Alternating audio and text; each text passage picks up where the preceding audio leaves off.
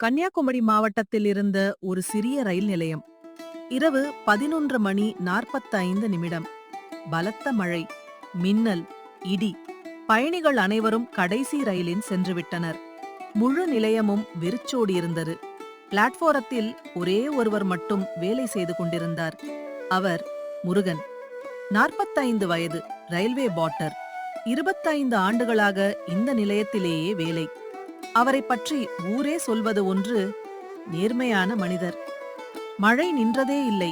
முருகன் தள்ளுவண்டியை ஒரு மூலையில் நிறுத்திவிட்டு பிளாட்பாரத்தை சுத்தம் செய்யத் தொடங்குகிறார். அப்போது நிலைய மேலாளர் ரமேஷ் வருகிறார். முருகா, இன்னும் வீட்டுக்கு போகலையா? முருகன் சிரித்தபடி, இந்த பிளாட்பாரத்தை சுத்தம் பண்ணிட்டு கிளம்புறேன் சார். உனக்கு வயசாகுது, கொஞ்சம் ஓய்வு எடு முருகா. வேலைதான் என்னோட மரியாதை சார். ரமேஷ் பெருமையாக சிரிக்கிறார். அதே நேரம் முருகனின் சிறிய வீடு. கமலா வாசலில் நின்று மழையை பார்த்து கொண்டிருக்கிறாள். மேசையில் சூடான சாப்பாடு. கடிகாரத்தில் 12 மணி. கமலா, இவர் இன்னும் வரலையே. சுவரில் ஒரு பழைய குடும்ப புகைப்படம். அதில் முருகனும் கமலாவும் மட்டுமே, குழந்தை இல்லை. அவள் அந்த புகைப்படத்தை பார்த்து அமைதியாக கண்ணீரை துடைக்கிறாள். மீண்டும் ரயில் நிலையம். முருகன் விளக்குகளை அணைக்கப் போகிறார். அப்போது மெல்லிய குழந்தை அழுடை சத்தம். வீல், வீல். முருகன் திடுக்கிடுகிறார். சுற்றிலும் பார்க்கிறார். யாரும் இல்லை. மீண்டும் அதே சத்தம். இப்போது கொஞ்சம் தெளிவாக. அவர் அந்த சத்தத்தை நோக்கி மெதுவாக நடக்கிறார். பிளாட்பாரத்தின் கடைசி பெஞ்ச். அதன் கீழிருந்து சத்தம். முருகன் குனிந்து பார்க்கிறார். அவர் கண்கள் அதிர்ச்சியில் விரிகின்றன. ஒரு சிறிய பெண் குழந்தை வெள்ளை போர்வையில் சுற்றப்பட்டு கிடக்கிறது. அருகில் ஒரு சிறிய துணிப்பை, ஒரு பால் பாட்டில், ஒரு வெள்ளி லாக்கெட் மற்றும் மழையில் நனைந்த ஒரு உறை. முருகன் குழந்தையை மெதுவாக தூக்குகிறார். குழந்தை அழுகையை நிறுத்தி அவரை பார்த்து சிரிக்கிறது. முருகனின் கண்களில் கண்ணீர். முருகன் உறையை திறக்கிறார். உள்ளே ஒரு சிறிய கடிதம். அதில், இந்த குழந்தைக்கு எந்த தவறும் இல்லை. தயவு செய்து அவளை காப்பாற்றுங்கள். ஒரு நாள் நான் திரும்பி வருவேன். என்னை மன்னித்து விடுங்கள். பெயர் இல்லை, முகவரி இல்லை, தேதி இல்லை. முருகன் குழப்பமடைகிறார். முருகன் மெதுவாக, யாரும்மா நீ? முருகன் உடனே நிலைய மேலாளர் ரமேஷை அழைக்கிறார். சில நிமிடங்களில் ரமேஷ் மற்றும் ரயில்வே போலீசார் வருகிறார்கள். குழந்தையை பார்த்து அனைவரும் அதிர்ச்சி அடைகிறார்கள். எல்லா நிலையங்களுக்கும் தகவல் அனுப்புறோம். பெற்றோர்கள் கண்டிப்பா தேடி வருவாங்க. முருகன் குழந்தையை பார்த்து கொண்டே இருக்கிறார். அந்த நேரத்தில் குழந்தை தனது சிறிய கையால் முருகனின் விரலை பிடிக்கிறது. அவர் கண்கள் கலங்குகின்றன. அந்த இரவு முருகனுக்கு தெரியவில்லை, அந்த சிறிய கைப்பிடிப்பு அவருடைய வாழ்க்கையை என்றென்றும் மாற்றப் போகிறது என்று. அடுத்த நாள் காலை ரயில் நிலையம் முழுவதும் பரபரப்பாக இருந்தது. ரயில்வே காவல்துறையினர், உள்ளூர் காவல்துறையினர், செய்தியாளர்கள் அனைவரும் வந்திருந்தனர். குழந்தை கிடைத்த இடத்தை புகைப்படம் எடுக்கிறார்கள். அருகிலிருந்த சிசிடிவி காட்சிகளை ஆய்வு செய்கிறார்கள். ஆனால் பலத்த மழையால் எந்த முகமும் தெளிவாக பதிவாகவில்லை. எல்லா மாவட்டங்களுக்கும் தகவல் அனுப்புங்க. குழந்தை காணாம போன புகார் வந்திருக்கான்னு பாருங்க. 3 நாட்கள் கழித்து செய்தித்தாளில் குழந்தையின் புகைப்படம். தொலைக்காட்சியிலும் செய்தி. சமூக வலைத்தளங்களிலும் பரவுகிறது. 1 நாள், 2 நாள், 1 வாரம். ஆனால் அந்த குழந்தையை தேடி ஒருவர் கூட வரவில்லை. காவல் நிலையத்தில் இதுவரைக்கும் எந்த புகாரும் இல்ல. முருகன் அமைதியாக குழந்தையை பார்க்கிறார். அவள் தூங்கிக் கொண்டிருக்கிறாள். குழந்தை தற்காலிகமாக அரசு குழந்தைகள் காப்பகத்தில் வைக்கப்படுகிறது. முருகனும் கமலாவும் தினமும் சென்று பார்க்கிறார்கள். கமலா பால் கொடுக்கிறாள், தாலாட்டு பாடுகிறாள். குழந்தை அவளை பார்த்து சிரிக்கிறது. ஒரு நாள் காப்பக பொறுப்பாளர் சிரித்தபடி சொல்கிறார், இந்த குழந்தை உங்களை பார்த்தால்தான் சிரிக்குது. கமலாவின் கண்கள் கலங்குகின்றன. அவள் குழந்தையை அணைத்துக் கொள்கிறாள். அன்று இரவு முருகனின் வீடு. இருவரும் அமைதியாக யோசித்துக் கொண்டிருக்கிறார்கள். திடீரென்று கமலா பேச ஆரம்பிக்கிறாள். நமக்கு தான் குழந்தை இல்லையே, இந்த குழந்தையை நாம வளர்க்கலாமா? முருகன் சில நொடிகள் அமைதியாக இருக்கிறார். அது சுலபமான விஷயம் இல்ல. ஒருவேளை அவங்க பெற்றோர் வந்துட்டா? அவர்கள் வந்தா நாம சந்தோஷமா ஒப்படைச்சிடலாம்.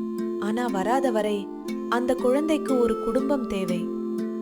முருகனும் சம்மதித்தார். 2 மாதங்கள் கழித்து காவல்துறை குழந்தையின் பெற்றோர்களை கண்டுபிடிக்க முடியவில்லை. சட்டப்படி தத்தெடுக்கும் நடைமுறை தொடங்குகிறது. நீதிமன்றம் நீதிபதி முருகனையும் கமலாவையும் பார்த்து கேட்கிறார். இந்த குழந்தையை உங்கள் சொந்த குழந்தையாக வளர்ப்பீர்களா? முருகனும் கமலாவும் ஒரே நேரத்தில் ஆமாம். ஆமாம். நீதிபதி புன்னகைக்கிறார். இனி இந்த குழந்தையின் பாதுகாவலர்கள் நீங்கள் 2 பேரும் தான். கமலா மகிழ்ச்சியில் அழ ஆரம்பிக்கிறாள். வீட்டில் சிறிய விழா. அருகில் இருக்கும் அக்கம் பக்கத்தினர் வருகிறார்கள். குழந்தை தொட்டிலில் தூங்கிக் கொண்டிருக்கிறது. ஒரு பாட்டி கேட்கிறார். என்ன பேர் வைக்க போறீங்க? கமலா மெதுவாக சொல்கிறாள்.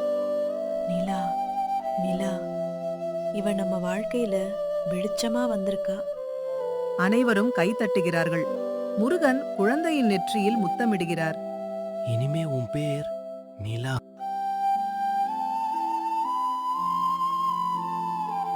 அதிகாலை. கமலா தொட்டிலில் தூங்கிக் கொண்டிருக்கும் நிலாவை மெதுவாக எழுப்புகிறாள். என் செல்லம், எழுந்துரு, சூரியன் வந்துட்டாரு. நிலா கண்களை திறந்து அழகாக சிரிக்கிறாள். சில நாட்கள் கழித்து முருகன் வேலை முடிந்து வீட்டிற்குள் வருகிறார். நிலா ஓடி வந்து முதல் முறையாக அப்பா, அப்பா என்று அழைக்கிறாள். முருகன் அப்படியே நின்று விடுகிறார். அவரது கண்களில் கண்ணீர் பெருகுகிறது. இந்த ஒரு வார்த்தைக்காகத்தான் நான் இத்தனை நாள் காத்திருந்தேன். கமலாவும் கண் கலங்குகிறாள். ஒரு குழந்தையை பெற்றால்தான் பெற்றோராக முடியாது. அவளின் சிரிப்பில் மகிழ்ந்து அவளின் கண்ணீரில் துடித்து அவளுக்காக வாழும் இதயங்கள்தான் உண்மையான பெற்றோர். இரத்த உறவுகள் விதியால் உருவாகலாம், ஆனால் அன்பின் உறவுகள் இதயத்தால் உருவாகின்றன. அந்த நாளிலிருந்து அனாதையாக கிடைத்த குழந்தை ஒரு அன்பான குடும்பத்தின் உயிராக மாறினாள்.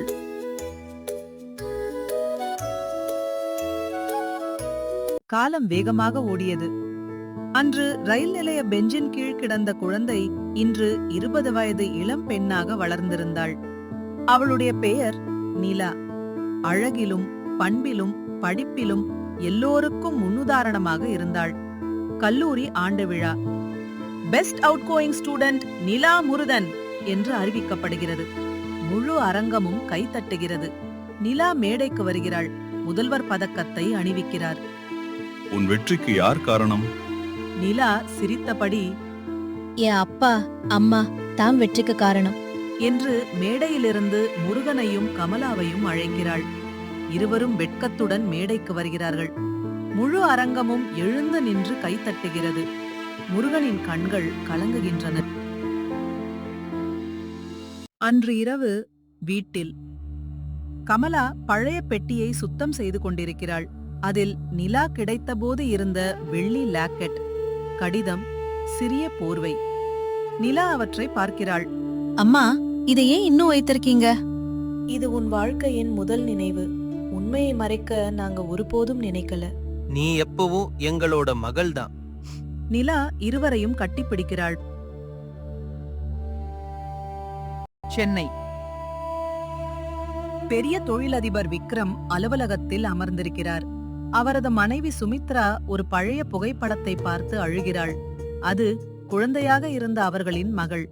20 வருடங்களாக காணாமல் போன குழந்தை.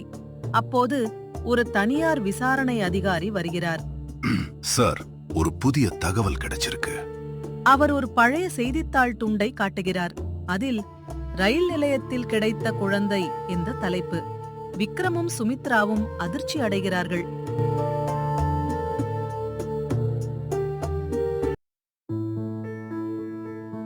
இருபது ஆண்டுகளுக்கு பிறகு அதே ரயில் நிலையம்.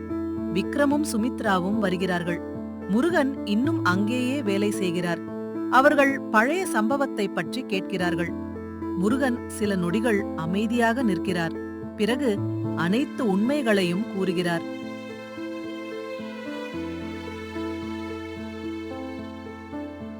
விக்ரமும் சுமித்ராவும் நிலாவை தொலைவில் பார்க்கிறார்கள். அவள் குழந்தைகளுக்கு இலவசமாக பாடம் நடத்தி கொண்டிருக்கிறாள். சுமித்ராவின் கண்களில் கண்ணீர். இவ்வளவு பெரியவளா வளர்ந்துட்டாளா? அவள் ஓடிச் செல்ல முயல்கிறாள். ஆனால் விக்ரம் தடுக்கிறார். முதல்ல உண்மையை உறுதி பண்ணணும். சில நாட்கள் கழித்து நீதிமன்ற அனுமதியுடன் DNA பரிசோதனை செய்யப்படுகிறது. அனைவரும் பதற்றமாக காத்திருக்கிறார்கள். மருத்துவர் அறிக்கையை பார்க்கிறார். மெதுவாக சொல்கிறார். DNA 99.99% பொருந்துகிறது. நிலாதான் இவர்களின் சொந்த மகள். அறை முழுவதும் அமைதி. முருகனும் கமலாவும் திகைத்து நின்றனர். சில நாட்கள் கழித்து விக்ரம் மெதுவாக நிலாவிடம் வருகிறார். மகளே, 20 வருடமா உன்னை தேடிட்டு இருந்தோம். எங்களோட வீட்டுக்கு வா. சுமித்ரா கண்ணீர் மல்க அவளை அணைக்க முயல்கிறாள். நிலா அமைதியாக நிற்கிறாள். விக்ரம் அந்த இரவு நடந்த சம்பவத்தை சொல்கிறார். 20 ஆண்டுகளுக்கு முன்பு அவர்கள் குடும்பத்துடன் ரயிலில் பயணம் செய்தனர். நகை கொள்ளையர்கள் ரயிலில் ஏறினர். குழந்தையின் உயிரை காப்பாற்ற சுமித்ரா அவளை ஒரு போர்வையில் சுற்றி ரயில் இருக்கையின் கீழ் மறைத்து வைத்தாள். கொள்ளையர்கள் தாக்கியதால் அவர்கள் பல மாதங்கள் மருத்துவமனையில் இருந்தனர். குழந்தை எங்கே போனாள் என்பது தெரியாமல் 20 ஆண்டுகள் தேடினர். ஆனால் நீ கன்னியாகுமரி ரயில் நிலையத்தில் எப்படி வந்தாய் என்பதுதான் தெரியவில்லை. அனைவரும் நிலா பணக்கார பெற்றோருடன் செல்வாள் என்று நினைக்கிறார்கள். நிலா மெதுவாக முருகனிடம் நடந்து செல்கிறாள். என்னை பெற்றது நீங்கள். என்று விக்ரமை பார்க்கிறாள். ஆனா முருகனை பார்த்து என்னை மனிதனாக வளர்த்தது இவர்கள்தான். நிலா இரு குடும்பங்களையும் பார்த்து சொல்கிறாள். ஒரு குழந்தைக்கு பிறப்பு முக்கியம்தான். ஆனா அவளை வளர்த்த அன்புதான் அவளின் வாழ்க்கையை உருவாக்கும். அறையில் இருந்த அனைவரும் கண் கலங்குகிறார்கள். விக்ரம் முருகனிடம் வருகிறார். நான் அவளுக்கு உயிர் கொடுத்தேன். ஆனால் நீங்க வாழ்க்கை கொடுத்தீங்க. அவளை ஒரு நல்ல மனிதியாக உருவாக்கியிருக்கீங்க. இனி நீங்களும் எங்கள் குடும்பம்தான். முருகன் அழத் தொடங்குகிறார். சில மாதங்கள் கழித்து இரு குடும்பங்களும் ஆனந்தமாக வாழ்கின்றனர். விக்ரம் முருகனுக்காக புதிய வீடு கட்டி கொடுக்க முடிவு செய்தார். ஆனால் முருகன் சொல்கிறார், எனக்கு இந்த ரயில் நிலையத்தை விட்டு போக மனசில்ல. முருகனின் நேர்மையான மனது எந்த சன்மானத்தையும் ஏற்கவில்லை. நிலா வாரந்தோறும் 2 குடும்பங்களுடனும் நேரம் செலவிடுகிறாள். ஒரு மாலை நிலா அதே பெஞ்சின் அருகில் நிற்கிறாள். 20 ஆண்டுகளுக்கு முன்பு தன்னை கண்டெடுத்த இடத்தை பார்க்கிறாள். அவள் மெதுவாக அந்த பெஞ்சை தொட்டு கண்களை மூடுகிறாள். விதி நம்மை யாரிடம் பிறக்க வைக்கிறது என்பதை நாமால் தேர்வு செய்ய முடியாது. ஆனால் நம்மை அன்பால் வளர்த்தவர்களை வாழ்நாள் முழுவதும் நேசிக்க நம்மால் முடியும். உண்மையான பெற்றோர் பிறப்பால் உருவாக மாட்டார்கள், அன்பால் உருவாவார்கள். இந்த கதை உங்களுக்கு பிடித்திருந்தால் லைக் பண்ணுங்க. உங்கள் கருத்தை கமெண்டில் பகிருங்கள். மேலும் இது போன்ற கதைகளுக்கு மெலன் டூன்ஸ் தமிழ் சேனலை சப்ஸ்கிரைப் செய்யுங்கள். நன்றி.